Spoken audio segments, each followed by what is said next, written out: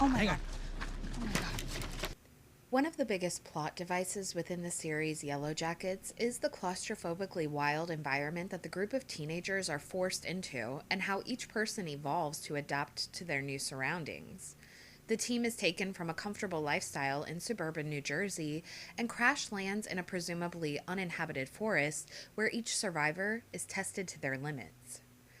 The older counterparts to some of the survivors begin to struggle with the monotony of their daily lives, but as the 25th anniversary of their crash approaches, each survivor begins to experience intense memories and impulses associated with their time in the wild. Whether by their animal instincts kicking in, or the tragedy of Travis's death, something big is happening to the survivors of the crash as time grows closer to the anniversary. In the new trailer for Season 2, the group is gathered around a fire for a story time with Van. She begins by telling them, Once upon a time, there was a place called the wilderness. It was beautiful, but it was also violent and misunderstood. the younger girls are beginning to look at the wilderness differently. They begin to see it as a sentient form, and in doing so, they begin to deify the wilderness itself. Van speaks of the wilderness as something personified, awaiting new friends to arrive. They realize that in order to survive, they must make friends with the wilderness, or else it will consume them. Those who accept their fate and accept the wilderness within them are the survivors, but those who resist the wilderness and the inner primal human that comes with it are the ones who are consumed. The wilderness is powerful. Ironically, the isolation of the wilderness is more free than the constraints of the modern world.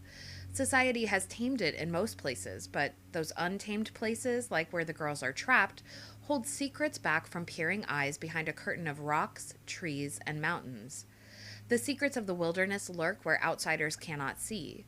Not all are brave enough to enter, and only those willing to penetrate the darkness will ever know its secrets. In order for society to thrive, it had to tame the wilderness by cutting down trees and damming rivers to pave way for houses and roads and cities to be built. Wilderness had no place in the paradise myth, according to Roderick Fraser Nash in his book Wilderness and the American Mind. If paradise was early man's greatest good, wilderness, as its antipode, was his greatest evil. When the girls personify the Antler Queen, they tap into something primeval. The wilderness becoming an embodied, deified entity worshipped by the personified animalistic feminine explains so much about the darkness that the Yellowjackets carry within them from their time in the wild. It is something ancient, primordial, and human that the girls have tapped into and now must carry into their everyday lives. With this in mind, there are definitely some much larger themes being commented on through the use of the wilderness in Yellowjackets, such as religion, environmentalism, and sexism. So let's explore some of these ideas and how Yellowjackets uses the wilderness to tap into something far more primal in the women of their story and in the audience themselves.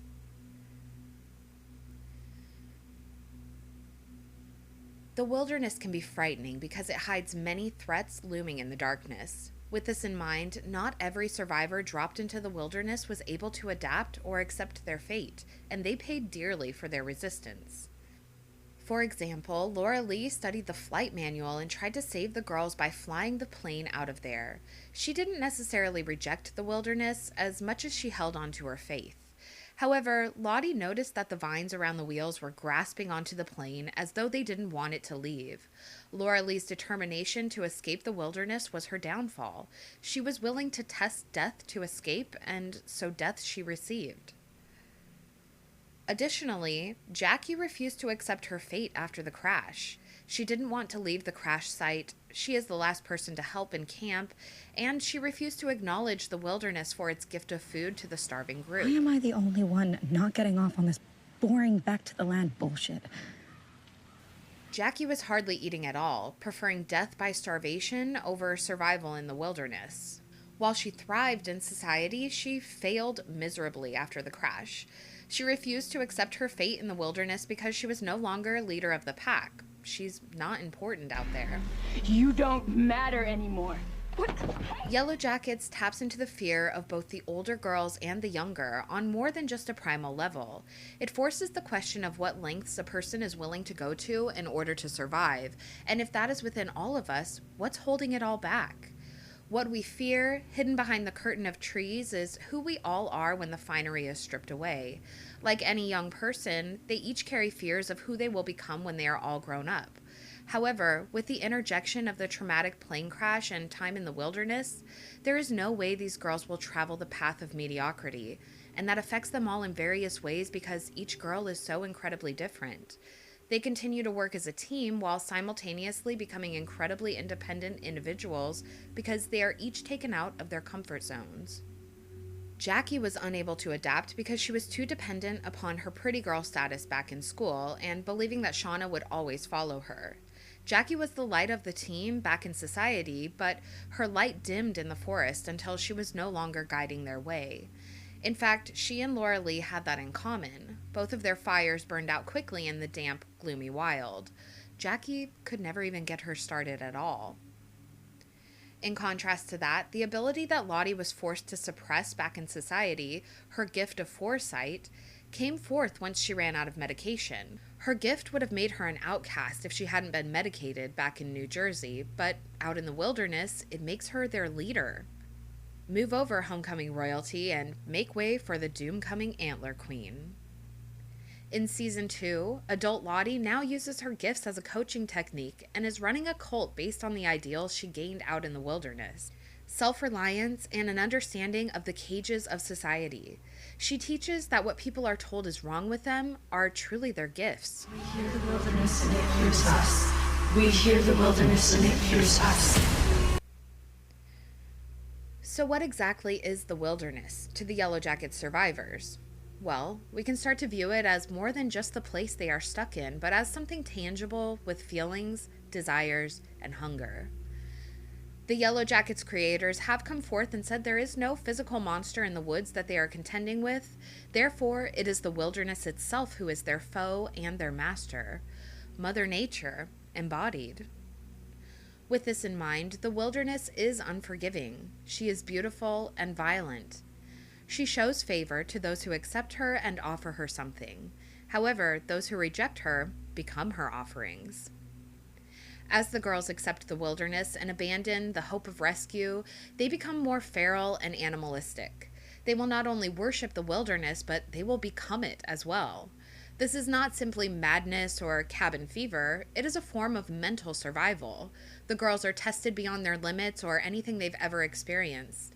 Accepting their fate and evolving to adapt seems to be what the wilderness wants. It wants friends, like Van said. Becoming the wilderness and allowing it inside of them is the path to survival. However, the wilderness is violent and misunderstood, and the girls are also forced to do harsh things in order to survive. Hunting and slaughtering animals is obviously outside of their day-to-day life, but is now the only way they can eat. Something as comforting as a hot meal has now become a violent act. Considering that these girls come from a very structured society where food comes from the grocery store and most of them have never gone hunting in their lives, all of the things they are forced to do are outside of their comfort zones or even what is considered normal behavior within society. Things that would make other people uncomfortable are now the norm out in the wilderness. As Nash says in The Wilderness, men lived a nightmarish existence, hounded by dangers on every hand and surviving through the ancient code of eat or be eaten. As the women are driven to do more and more violent acts in order to survive, they will certainly find themselves equating the wilderness with darkness back in their normal lives. And yes, while they do commit some pretty heinous acts by cannibalism and who knows what else, they were all done in the name of survival, an acceptance of their fate. Cannibalism and violence are simple to vilify from the outside looking in, but as discussed, the outer curtain of the wilderness hides secrets from the world. We don't know what these women were driven to, and we cannot hold them to a standard for survival because there isn't one. The wilderness the Yellowjackets carry within them is our primal human nature, which is tamed by society. By tapping into the raw humanity of the wilderness, the girls only believe they have a darkness within them, but it is truly their survival instincts which force them to do extreme acts in order to stay alive. The wilderness lurks within each of them. Nat and her drug problems, Shauna and her devouring mother tendencies, Thaisa and her bottomless desire for power, and Misty, who just wants to be loved by someone. These women are willing to go to dark places to tap into their inner wilderness, but they are unaware of the ripple effect that touching the wilderness has on the rest of the civilized world.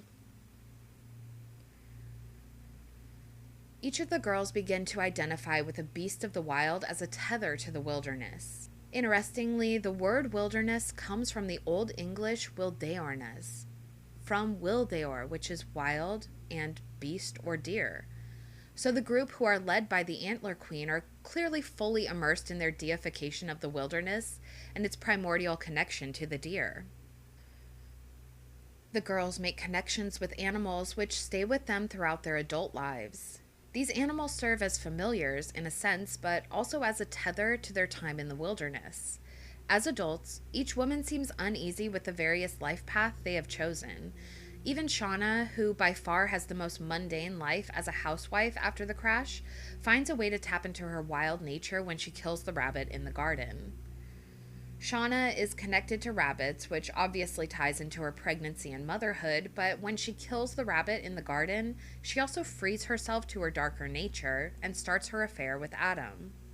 It's also really fascinating to ponder Jackie's connection to rabbits, as her mother had mentioned she loved them as well, and gifts rabbit figurines to Shauna for Jackie's birthday each year. Shauna seems to dread these tiny rabbits at this point, which may give us insight into her mindset when she killed the rabbit in the garden, in contrast to Jackie's death in the wild. Shauna certainly subconsciously connects Jackie to rabbits, and in killing the rabbit, she may be reliving her guilt for Jackie's death. But when she eats the rabbit, she relives the moment of eating Jackie, and Jackie lives on in her body. It's very bones and all cannibalism. There are many connections between Jackie and Shauna in this regard, and the rabbit acts as a kind of tether between the two, even beyond death. We might even draw this parallel to Jackie and Shauna through their shared boyfriend. Shauna getting pregnant with Jeff's baby while he is still dating Jackie has some strange implications, and Shauna may somehow feel like the baby is partially Jackie's by extension. By consuming Jackie's body, Shauna may feel as though her baby is somehow reincarnating as Jackie, or that she will rebirth her best friend. Yeah, that's who's really responsible for her little bundle of joy. It was you. Thaisa is connected to wolves, which we see many times throughout season 1, but when she sacrifices her dog Biscuit, she also opens herself to her own dark nature and uses it to benefit her career. Interestingly, we should not forget her campaign slogan is all about leading the people out of the wilderness and into economic prosperity. Thaisa rejects her wilderness by starving herself, and her inner wolf is hungry. Ty starves herself on several occasions, and she seems to be a vegetarian as well. It makes sense that the surviving Yellowjackets would perhaps be put off by meat back in their normal lives, but Thaisa's avoidance of meat and food seems to run deeper. She seems to associate food with violence like they experienced in the wild, so in her mind, she may feel guilty for finding comfort in food. However, by starving herself physically, she touches in with her inner wolf, and we have to wonder if this is intentional. She may believe that by starving herself, she puts her physical body in the same place she was out in the wilderness, where the girls felt they conjured up power. Though her stress and inappetence may be associated with her campaign, is she consciously luring out her inner hungry wolf to gain power and ferocity? Her sacrifice of Biscuit to the wilderness certainly seems to indicate as much, so we all better prepare ourselves for the worst for little Steve. This was a mistake. I'm gonna do better with you.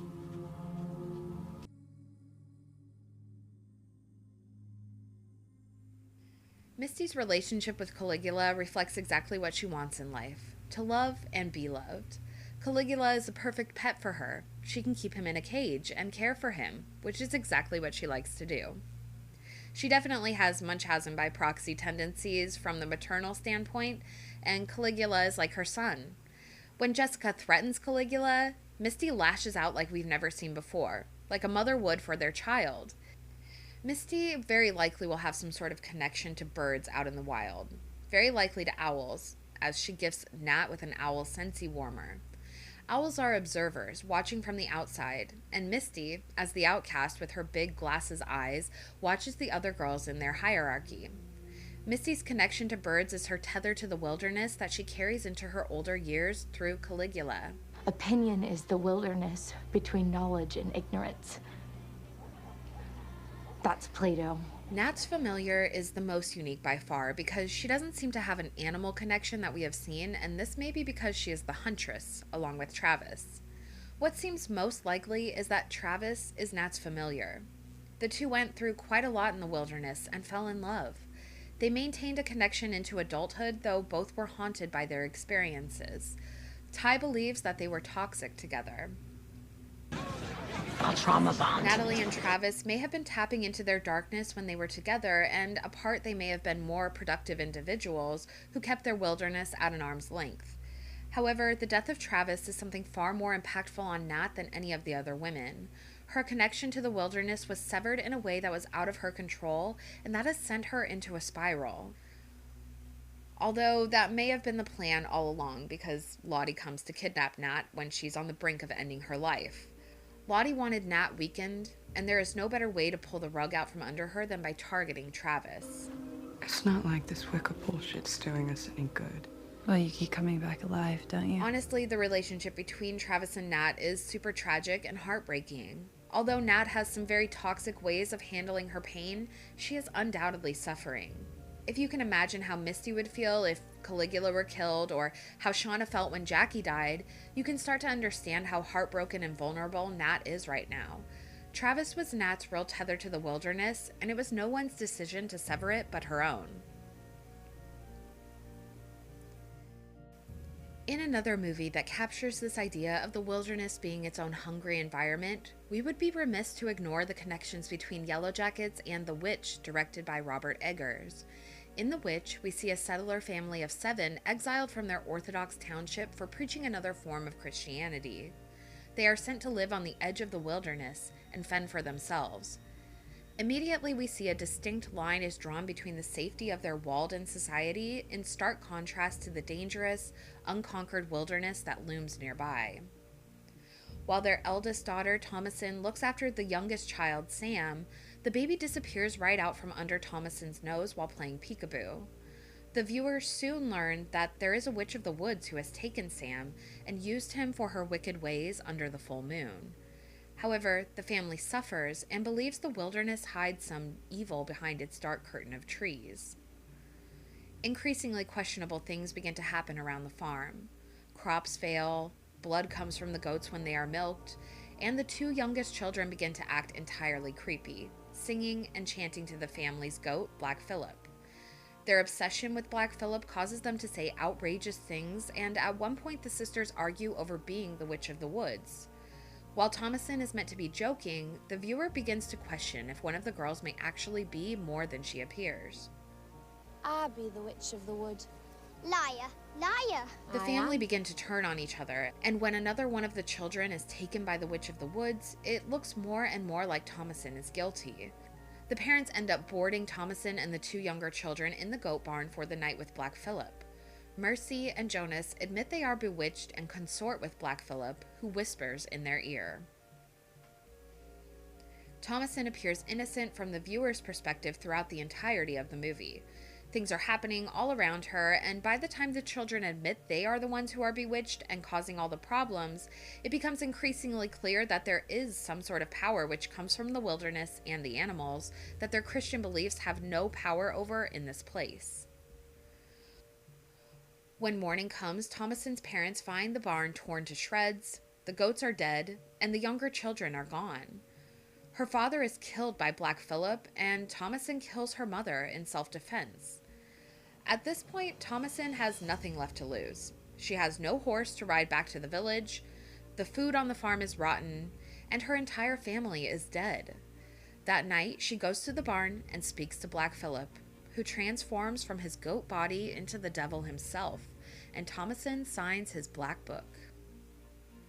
She walks from the barn toward the wilderness, which has consumed her whole family. She is naked and fearless under the moonlight, and as she moves silently through the wild woods, she finds a coven of women dancing naked around a fire, chanting and singing. And soon she taps into that wilderness magic and flies. So there are definitely some huge parallels with Yellowjackets here, especially considering Thomasin's declining circumstances and starvation that lead to her family falling apart. The wilderness had its own desires and hungers, and the family were essentially sitting ducks right there on the edge of it all. Many things were hidden behind the veil of trees, including witches who will steal your children for blood magic, wild animals with devilish intentions, and groups of wild women who make common cause with Satan under the full moon to fulfill their deepest desires.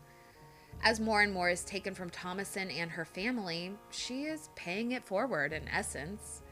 Once she has nothing left, the wilderness gives her a gift in return. Thomasin does not find the other witches until the very end of the movie, so until that point, it really feels as though the magical energy comes directly from the wilderness itself. The family fears entering the darkness of the forest, and when they do, strange things happen every time. Much like Yellowjackets, the witch forces the question of what one is willing to do under certain circumstances in order to survive. Thomasin and her family were not much better off than the Yellowjackets. They were starving, they had a supernatural wilderness all around them haunting them, and they had been stripped of their livelihood and access to civilization. When her mother attacks her, Thomasin has no choice but to kill her in self-defense. By the time Thomasin's family have all died, she is literally all alone in the wilderness, save for a clearly demonic goat. So, much like the girls in Yellowjackets, Thomasin befriends the wilderness, and all of her losses become gifts and offerings to Mother Nature. In one final story, which connects to Yellowjackets and their embodiment of the Antler Queen, Mists of Avalon has an entire ritual in which the Lady of Avalon embodies the goddess during the running of the stag, a ritual in which the new High King of Britain is chosen. In this case, it is Arthur who wears the deer fur and antlers and runs amongst the deer to take on the leader of the deer, the Stag King. If Arthur can defeat him by hand, then he becomes the King Stag and the new Pendragon King. The High Priestess of Avalon plays the role of the goddess and performs a sex ritual in which she gives her blessing upon the king. This is also known as a sovereignty goddess or a goddess of a territory or land, and these goddesses are not exclusive just to Britain.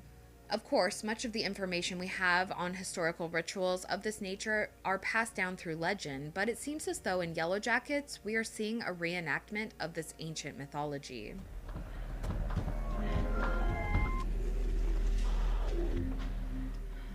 In Mists of Avalon, we can see this idea applied to the goddess blessing the new king who can prove himself capable of defeating the Stag King and therefore has proven himself to be the strongest male representative of the wilderness. He has proven his worth and breedability. So through this lens, we may see why Travis has been reserved. He was not Jackie's, but he's not necessarily Nat's either, although she wasn't participating in the doom-coming running of the stag. Travis may be the chosen king stag, the only male who has proven his worth to the group, and so he is not for one woman, but for the goddess herself. Another gift to the wilderness. The stag! We have to catch it! As previously mentioned, the word wilderness comes from the origin of wild deer, and so the Antler Queen persona is truly an ancient goddess archetype that these young women have either conjured up through some ancient ancestral knowledge or from truly communing with the land. The feminine urge, am I right? The girls are forming into what appears to be a sisterhood or coven, and by worshipping the Antler Queen as an embodiment of the Earth Mother Goddess, they are in fact worshipping the wilderness itself. They have accepted that the woods are bigger and more powerful than they are, and in doing so, they accept the wilderness into their hearts. It's a powerful juxtaposition to the rigid and Christianized societal structures that they have grown in and that society abides by, the invisible rules that keep each person in a cage. Even Shauna spending time with Jackie's body, making confession to her, and admitting all of her guilt before consuming Jackie's ear was all very symbolic of Catholic Mass. And if we recall, Shauna had a phase with Catholicism. Jackie represents a connection to the rules of society, and so Shauna consuming her cannibalistic sacrament was her coming to terms with her inner wilderness. The adult Yellowjackets embody wild animals as a reflection of this idea: the hungry wolf, the garden bunny, and the caged bird. The inner wilderness of each woman lives in a cage in the normal world, and it seems as though those animals are ready to be wild once again. The deaths of Travis, Adam, and Biscuit are the catalyst back into the wilderness for each of these women. Only Misty still carries her tether to the wilderness, so beware, Caligula. Your time seems as tentative as Steve's. The wilderness is brimming to the surface inside each of them, and it seems as though it is calling to them. The wilderness and it hears us. We hear the wilderness and it hears us. The wilderness truly represents the wildness that is within every human, which is brought out as a need to survive. Humanity lives in comfort at this point, and most of us have never even gone hunting or killed our own food.